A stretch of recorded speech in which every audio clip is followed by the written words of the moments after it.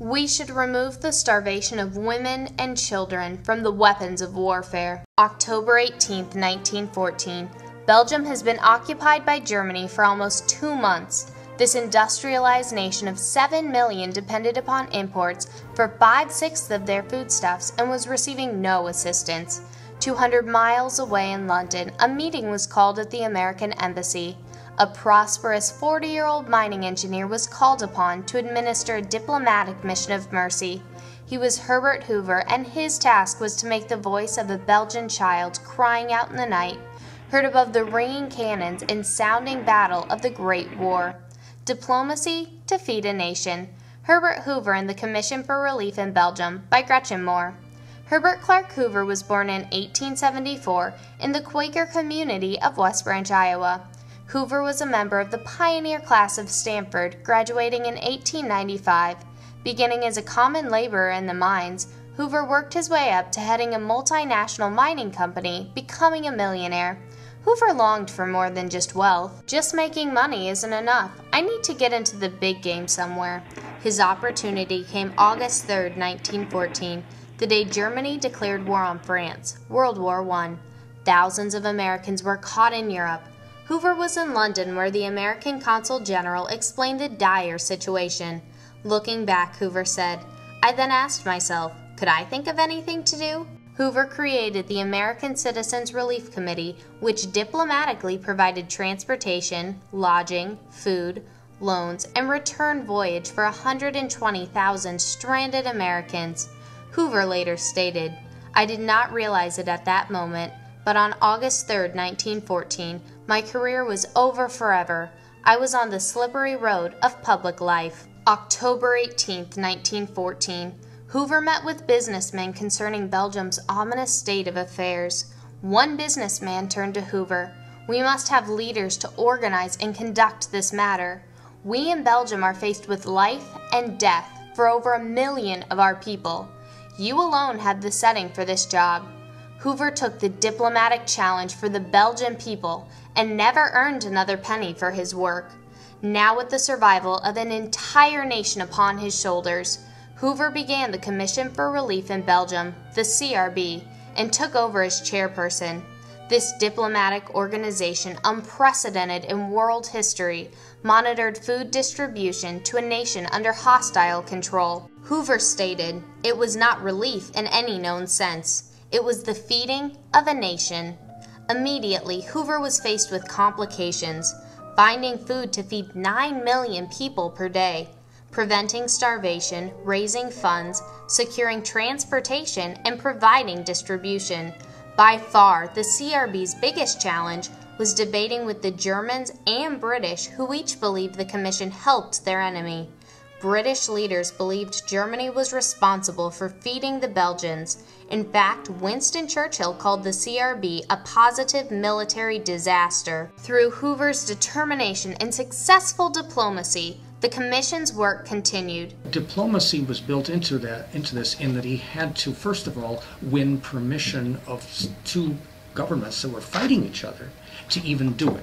Knowing the starving Belgian people could not wait for paperwork and petty debate, Hoover personally purchased the first 10,000 bushels of wheat and other necessities October 22, 1914. The Commission's monthly cost reached $12 million by January 1915.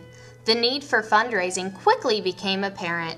Hoover knew the CRB could not rely solely on individuals' charitable donations. The CRB's primary funding became monetary subsidies from Allied governments, where Hoover's diplomacy proved invaluable. People worldwide donated money, clothing, and food. The CRB bought foodstuffs from nations around the world. Goods were shipped, sorted, and delivered to Belgium. The transoceanic voyage was dangerous, and 31 ships sank due to mines or German submarines, but 2,000 CRB cargoes were successfully transported. When Hoover's team extended their efforts to cover 2 million desperate French civilians caught behind German battle lines in 1915, the CRB's work encompassed nearly 20,000 square miles. When selling of CRB products on the black market was reported, The CRB's Department of Inspection and Control was created to ensure these illegal activities ceased and rations reached intended recipients. Hoover also controlled delivery of foodstuffs through rationing cards, divided into provisioning and benevolence. Belgians who could afford to buy foodstuffs purchased provisioning cards. Benevolence cards supplied food, medical care, clothing, heating, and other necessities. Over 50,000 Belgians heard Hoover's call to accept responsibility for their countrymen. Every day in Belgian commune kitchens, volunteers created a thick stew served with a 425-gram loaf of bread to each person bearing a ration card. In addition, women received milk for newborns. In 1915, CRB dietitians developed a vitamin and mineral-enriched chocolate cookie served with a glass of milk and soup to every child. By 1919, over 2.5 million children and expectant mothers had been served daily for 4 years.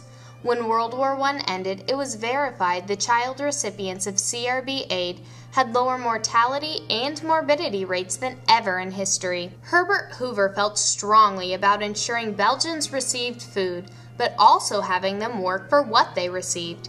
He was able to do this by having raw supplies processed by Belgians who were either paid in Belgian francs or rations. Hoover's wife, Lou Henry, also assisted in setting up schools for girls to learn the art of lace making. Industrialized workers unloaded and sorted commission goods. Belgian women mended clothing. This allowed Belgians to keep the economy strong, utilize the otherwise stagnant manpower, and instill a sense of pride. Hoover's successful use of diplomacy in supporting the Belgian economy prepared the country for the day the CRB ended its support. When the U.S. declared war on Germany April 6, 1917, Hoover's role changed. American personnel were withdrawn. Spanish and Dutch representatives kept the CRB a neutral organization. President Woodrow Wilson, upon declaration of war, asked Hoover to become food administrator.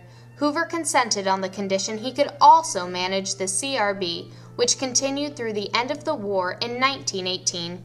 3 months after armistice, most Belgians had returned to work, in large part due to Herbert Hoover and the CRB's commitment to stabilizing Belgian industry and economy. Monies not spent in CRB accounts were transferred to the Belgian American Education Foundation, an educational program created by Hoover in 1920, enabling Belgian graduate students educational scholarships to study in the U.S. and vice versa.